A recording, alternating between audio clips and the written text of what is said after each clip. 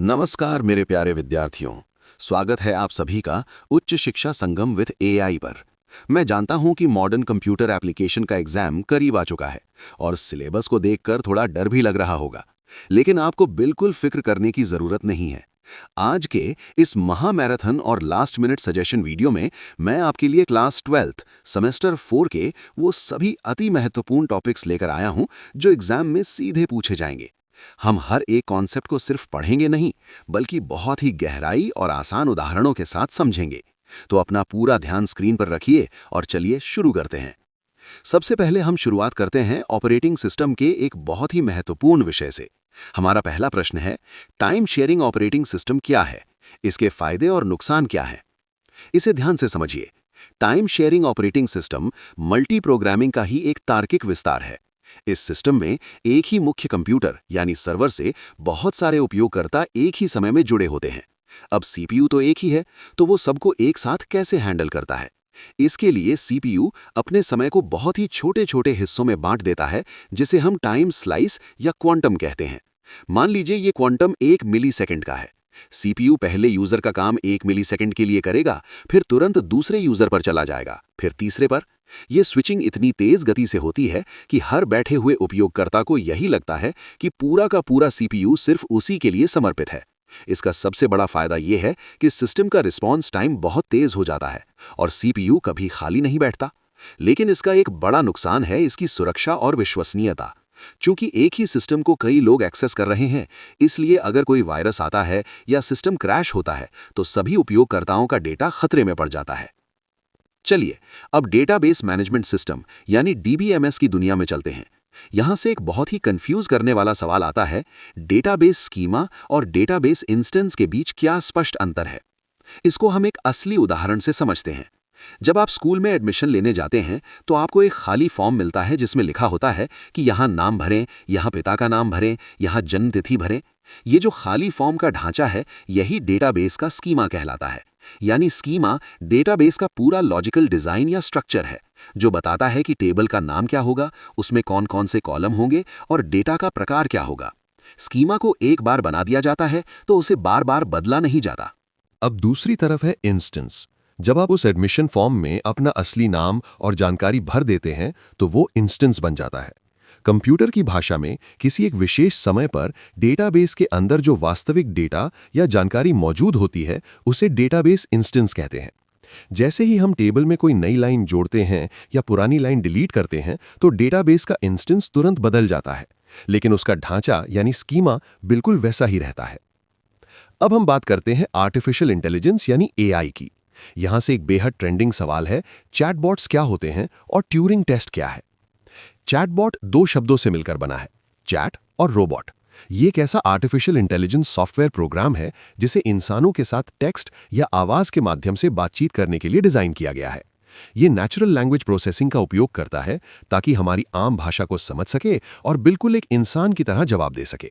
इसके सबसे अच्छे उदाहरण हैं Amazon का एलेक्सा, एप्पल की सिरी, या फिर जब आप किसी बैंक की वेबसाइट पर जाते हैं तो नीचे कोने में जो कस्टमर सपोर्ट का मैसेज बॉक्स खुलता है वो भी एक चैटबॉट ही होता है। अब आते हैं ट्यूरिंग टेस्ट पर। क्या कोई मशीन इंसानों की तरह सोच सकती है? इस सवाल का जवाब खोजने के लिए महान गणितज्ञ एलन ट्यूरिंग ने 1950 में एक टेस्ट बनाया। इस टेस्ट में 3 लोग होते हैं, एक असली इंसान जो जज की भूमिका में होता है, एक कंप्यूटर मशीन होती है और एक दूसरा असली इंसान होता है। जज एक बंद कमरे में बैठा होता है और स्क्रीन के जरिए बाकी दोनों से सवाल पूछता है। जज को यह नहीं पता होता कि कौन सा जवाब मशीन दे रही है और कौन सा इंसान।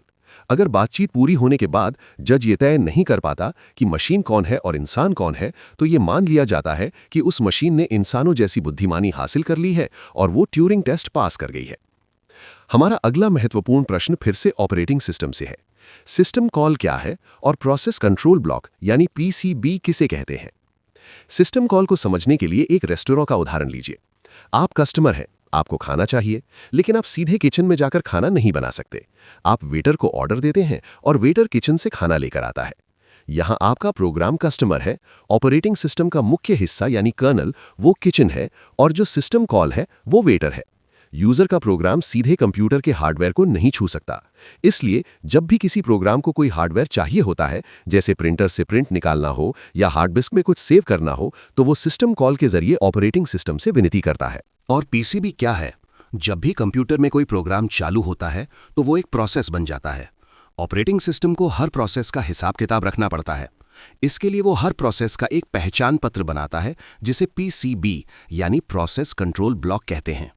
इसमें उस प्रोसेस का नंबर, उसकी वर्तमान स्थिति, उसे कौन सी मेमोरी दी गई है, ये सारी जानकारी सुरक्षित रहती है। जब सीपीयू एक काम छोड़कर दूसरे काम पर जाता है तो वो पहले काम की सारी डिटेल इसी पीसीबी में सेव कर देता है, ताकि लौटकर वहीं से शुरुआत कर सके। अब शेड्यूलिंग का एक बहुत ही जरूरी अंतर समझते हैं।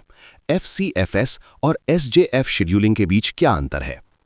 एफसीएफएस का पूरा नाम है फर्स्ट कम फर्स्ट सर्व, यानी जो पहले आएगा वो पहले पाएगा, बिल्कुल रेलवे स्टेशन की टिकट लाइन की तरह।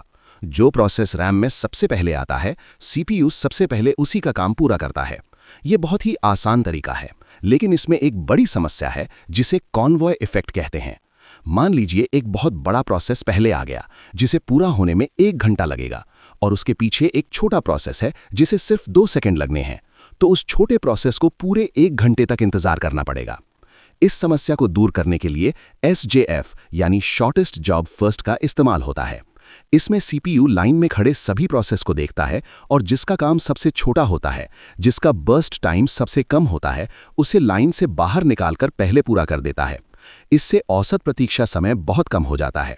लेकिन इसकी भी एक दिक्कत है, अगर छोटे छोटे प्रोसेस लगातार आते रहे तो बड़े प्रोसेस को कभी सीपीयू मिलेगा ही नहीं, वो इंतजार ही करता रह जाएगा। इस स्थिति को कंप्यूटर की भाषा में स्टारवेशन यानी भूखमरी कहते हैं। अब डीबीएमएस में एसक्यूएल कमांड्स का एक बहुत ही क्लासिक सवाल, डिलीट, ट्रंकेट और ड्रॉप कमांड के बीच क्या अंतर है? विद्यार्थियों, ये तीनों ही कमांड टेबल से डेटा हटाने के काम आते हैं, लेकिन इनके काम करने का तरीका बिल्कुल अलग है। डिलीट कमांड एक डीएमएल कमांड है। इसका इस्तेमाल टेबल में से किसी एक खास लाइन या कुछ लाइनों को हटाने के लिए किया जाता है।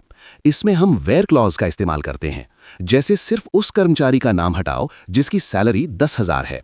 डिलीट किया हुआ डेटा वापस लाया जा सकता है, जिसे रोल बैक कहते हैं। ट्रंकेट कमांड एक डीडीएल कमांड है। ये बहुत खतरनाक है क्योंकि ये टेबल के अंदर के सारे डेटा को एक ही झटके में साफ कर देता है, लेकिन ये टेबल के ढांचे को नहीं मिटाता। आपका खाली टेबल डेटाबेस में सुरक्षित रहेगा। इसे वापस रोल बैक नहीं किया जा सकता। और सबसे आखिर में है ड्रॉप कमांड। ये सबसे बड़ा ब्रह्मास्त्र है। ड्रॉप कमांड न सिर्फ टेबल के सारे डेटा को मिटाता है, बल्कि ये डेटाबेस से उस टेबल के ढांचे, उस टेबल के नाम और उसके वजूद को ही हमेशा के लिए खत्म कर देता है। अंत में हम एआई की मशीन लर्निंग के 2 बहुत महत्वपूर्ण प्रकार समझते हैं, सुपरवाइज्ड लर्निंग और अनसुपरवाइज्ड लर्निंग। सुपरवाइज्ड लर्निंग का मतलब है एक शिक्षक की निगरानी में सीखना। इसमें हम एआई मॉडल को जो ट्रेनिंग डेटा देते हैं वो लेबल्ड होता है, यानी हम कंप्यूटर को सिर्फ सवाल नहीं देते, बल्कि हर सवाल के साथ उसका सही जवाब भी पहले से बता देते हैं। कंप्यूटर उन सवालों और जवाबों को पढ़ता है, उनके बीच का संबंध समझता है, और फिर जब हम उसे कोई नया सवाल देते हैं तो वो पुरानी पढ़ाई के आधार पर सही भविष्यवाणी करता है। इसका सबसे अच्छा उदाहरण है आपके ईमेल का स्पैम फिल्टर। दूसरी तरफ है अनसुपरवाइज्ड लर्निंग। इसमें कोई शिक्षक नहीं होता। हम कंप्यूटर को बहुत सारा डेटा दे देते हैं, लेकिन ये नहीं बताते कि वो डेटा किस चीज का है, यानी डेटा अनलेबल्ड होता है। अब कंप्यूटर की जिम्मेदारी होती है कि वो खुद उस डेटा को समझे, उसमें छिपे हुए पैटर्न या समानताओं को खोजे और एक जैसी चीजों का अलग अलग ग्रुप बनाए। इसका उपयोग बड़ी कंपनियां अपने ग्राहकों को उनकी पसंद के अनुसार अलग अलग वर्गों में बांटने के लिए करती हैं। तो मेरे प्यारे विद्यार्थियों, ये था आपके मॉडर्न कंप्यूटर एप्लीकेशन का पूरा लास्ट मिनट सजेशन, वो भी बिल्कुल विस्तार से। मुझे पूरी उम्मीद है कि अब ये सभी कॉन्सेप्ट्स आपके दिमाग में अच्छी तरह से बैठ गए होंगे। आपको इन सभी महत्वपूर्ण प्रश्नों और उत्तरों का पीडीएफ हमारे टेलीग्राम चैनल उच्च शिक्षा संगम विद एआई पर बिल्कुल फ्री में मिल जाएगा। और जैसा कि मैं हमेशा करता हूं, ये पीडीएफ फाइल आपको 4 भाषाओं में मिलेगी, हिंदी, इंग्लिश, बंगाली और उर्दू में, ताकि किसी भी माध्यम के विद्यार्थी को कोई परेशानी ना हो।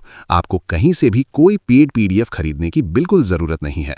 अगर इस वीडियो ने आपकी परीक्षा की तैयारी में थोड़ी भी मदद की है तो वीडियो को लाइक ज़रूर करें, अपने सभी दोस्तों के साथ इसे शेयर करें और चैनल को सब्सक्राइब करना ना भूलें।